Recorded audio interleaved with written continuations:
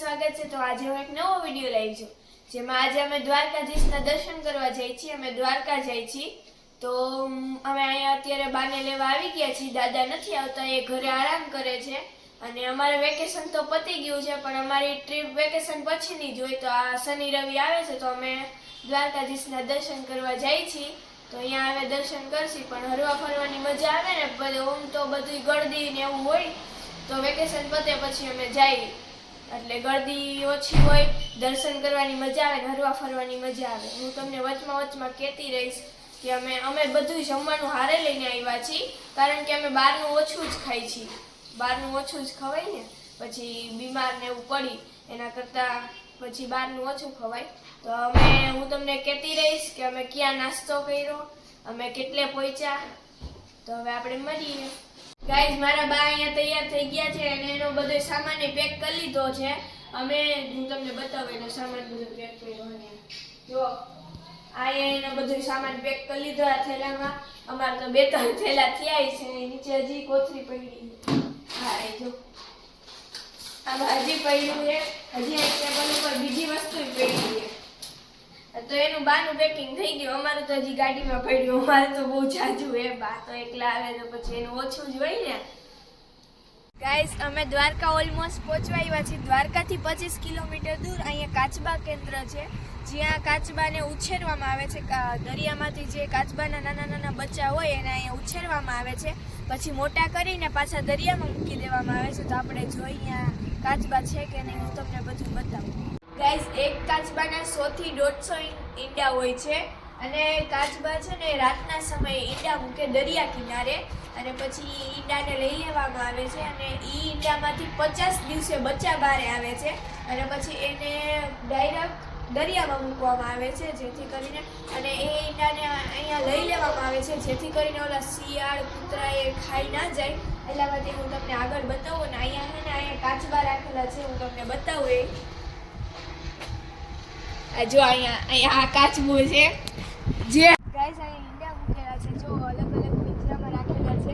એને રેતીની અંદર દાટેલા છે પણ આનો સમય પૂરો થશે એમાંથી બચ્ચા બહાર આવશે એટલે ડાયરેક્ટ દરિયામાં મૂકી દેવામાં આવશે જેથી કરીને એને ઓલા શિયાળ કૂતરા ખાઈ ન શકે એટલે અહીંયા ઉછેરવામાં આવે છે।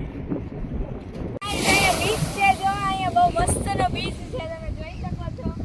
દરિયા હમણાં જ મોજા બંધ થયા, નકર મોટા બહુ મોજા આવતા હતા।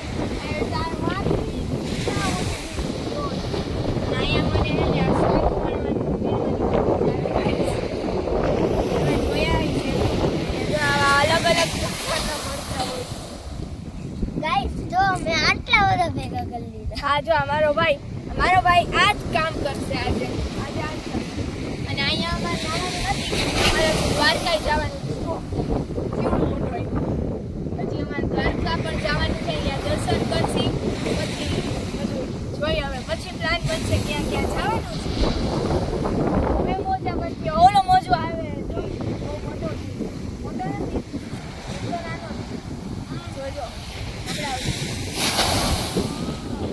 હજી હમણાં જ ગાઈસ મોજા બંધ થયા। ઓલી કોર આવે છે જોવા, પાછા ચાલુ જોવા આવે છે। અમે અહીંયા એકલા જ છીએ, અમને વધારે શાંત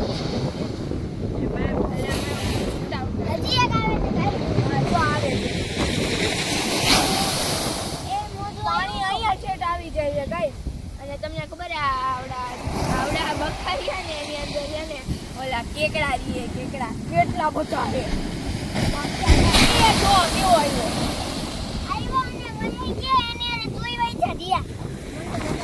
આ તો જો પણ ગમે ત્યાં જાય ને અને ઈ જ હોય કામ। જો અહીંયા મોટા મજા આવે છે। હવે અહીંયા થોડીક વાર રહી પછી જો આટલા જાય પાછા 10 મિનિટ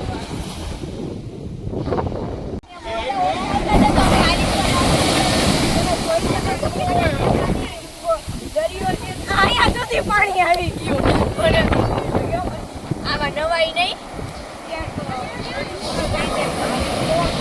તમને અવાજ આવતો હોય છે, મારો ઓછો વપરાતો હોય છે, હજી આવશે અહીંયા, બાકી બહુ મજા આવે। જો કઈ એટલા આ બહુ મસ્ત મજા નહીં આવે, તડકો બહુ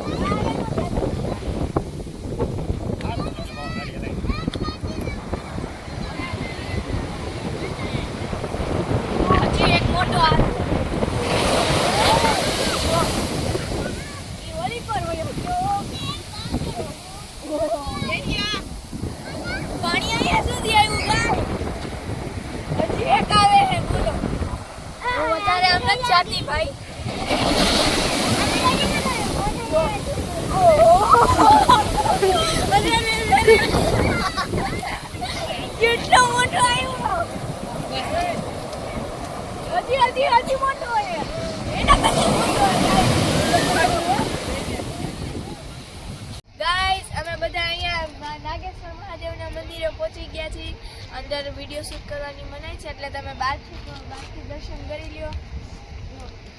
અને મહાદેવની બહુ મોટી મૂર્તિ છે, જે 5 કિલોમીટર દૂરથી પણ દેખાય છે. અને 12 જ્યોતિર્લિંગ છે, અને એમાંથી ગુજરાતમાં 2 જ્યોતિર્લિંગ આવેલા છે, એક સોમનાથ મહાદેવ અને એક નાગેશ્વર મહાદેવ. તો અમે અહીંયા પહોંચી ગયા છીએ. તમે દર્શન કરી લ્યો, અમે પણ હમણાં દર્શન કરી લઈ. અને હવે આપણે મળીએ રૂક્ષ્મણીજીના મંદિરે. આપણે નાગેશ્વર મહાદેવના દર્શન કરાવું.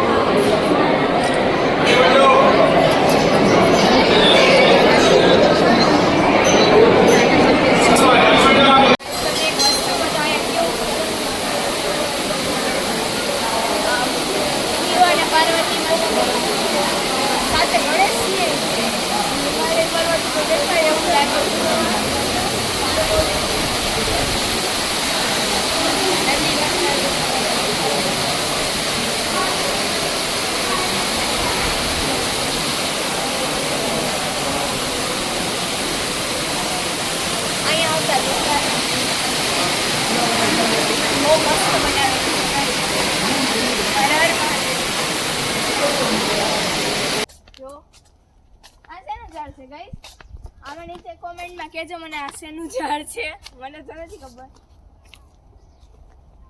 વાળ જેવા લાગે ને. હજી આમ પણ કેટલું છે, કેટલું મતલબ બગીચો જ છે લગતો.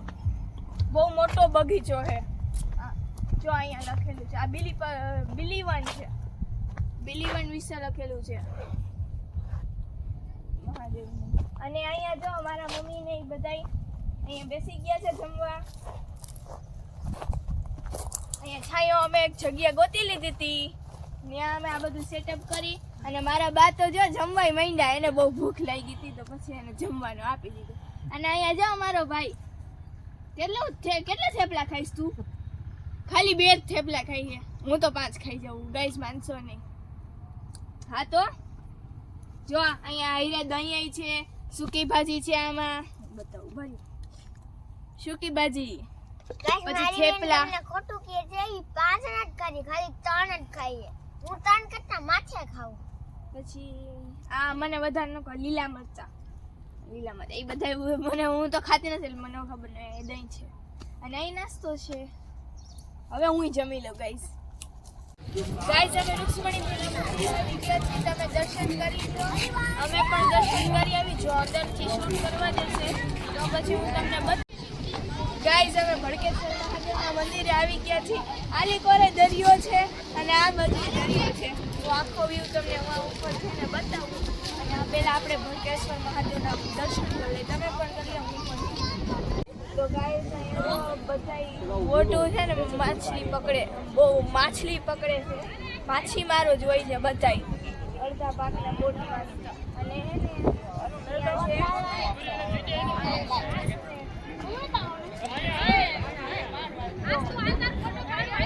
અહીંયા બહુ ઊંચા મોજા ઉછળે,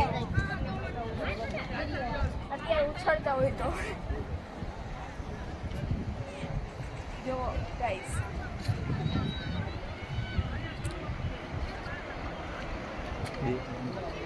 અને જો આ સામે તમને દેખાતી હશે એ દીવા દાંડી છે ગાઈસ. જો બ્લેક એન્ડ વ્હાઈટ વાળી દેખાતી હશે. આ જો બાકી મોજા ઉછળે છે. જો અત્યારે તો ઓછા થઈ ગયા, નકર સવારે વધારે હતા.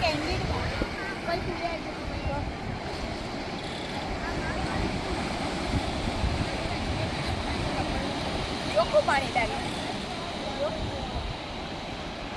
મસ્ત ગાઈસ. મહાદેવનું મંદિર છે,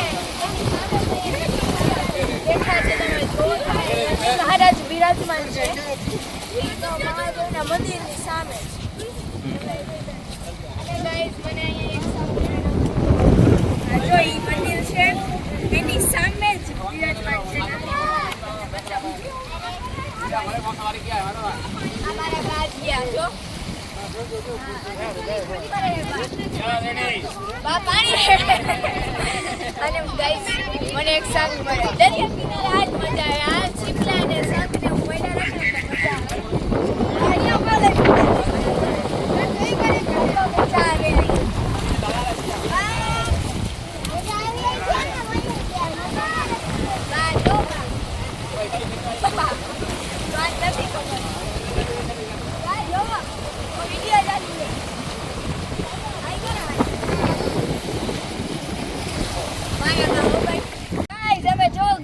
ગોમતી હાલીને પાર કરી કારણ કે કોઈ કારણસર પુલ બંધ છે ખબર નહીં કેમ આ જો હાથમાં ચપલા લઈને હાલું જવું પડે અહીંયા જો આ ગોમતી આમાં બહુ ધ્યાન રાખવું પડે એક તો નીચે કાંકરા છે અને આ બહુ લપટું છે અમારો ભાઈ જો આમ જોઈ લે ચશ્મા ઠઠાડીને હાલે સેવા કરે બિચારો કરવા દેવાય ને બેનની સેવા કરાય ને આ જો મારે ચપ્પલ લઈને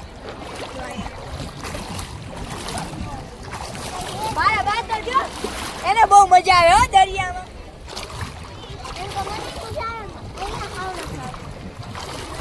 ઓહો અહીંયા જો ગઈ આ કપડું તમને દેખાય ને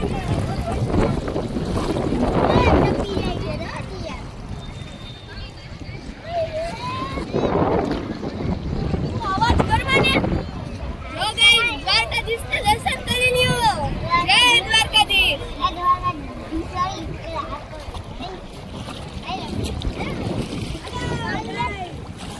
હાલો ખોતીમાં નાવા હાલો આજે નવાઈ ગયું ગાઈસ અમે ગોમતી હાલીને પાર કરી અમે અહીંયા પહોંચી ગયા છીએ અને અહીંયા પંચ ઋષિએ આ 5 કુંડ બનાવ્યા હતા જે દરિયાની વચ્ચે છે છતાં એનું પાણી મીઠું છે જો ઓલા બાપુ છે એમને મેં તો પ્રસાદ લઈ લીધો છે તો આપણે એકવાર ચેક કરશે એનું પાણી મીઠું છે કે ખારું છે જો અહીંયા બહુ ઊંડો છે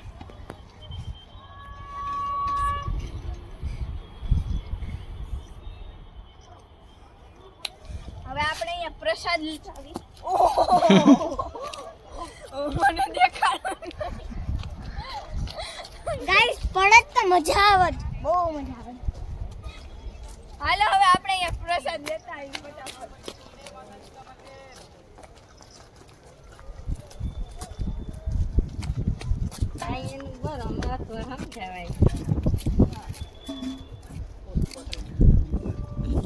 જો આ કાઢી દે છે હવે આપણે એનો પ્રસાદ લઈ લઈએ ગાઈસ મીઠું પાણી છે ગાઈસ દરિયાની વચ્ચે હોવા છતાં પણ આ પાણી મીઠું છે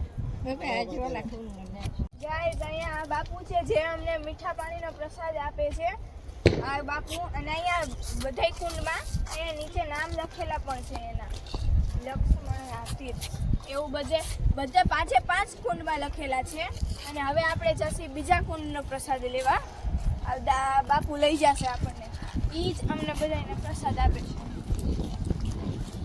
હવે આ કુંડનો પ્રસાદ આપે હા અહીંયા એનું નામ કુંડનું નામ લખેલું છે તમે જુઓ હવે આનો પણ આપણે પ્રસાદ લઈ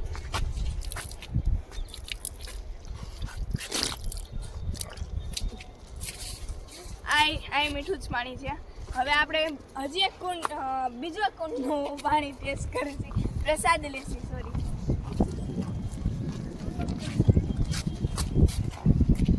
पाँचों कट का पीना है 5 के 500 का पीजिए આમાં પણ નામ લખેલું છે હું તમને બતાવી દઉં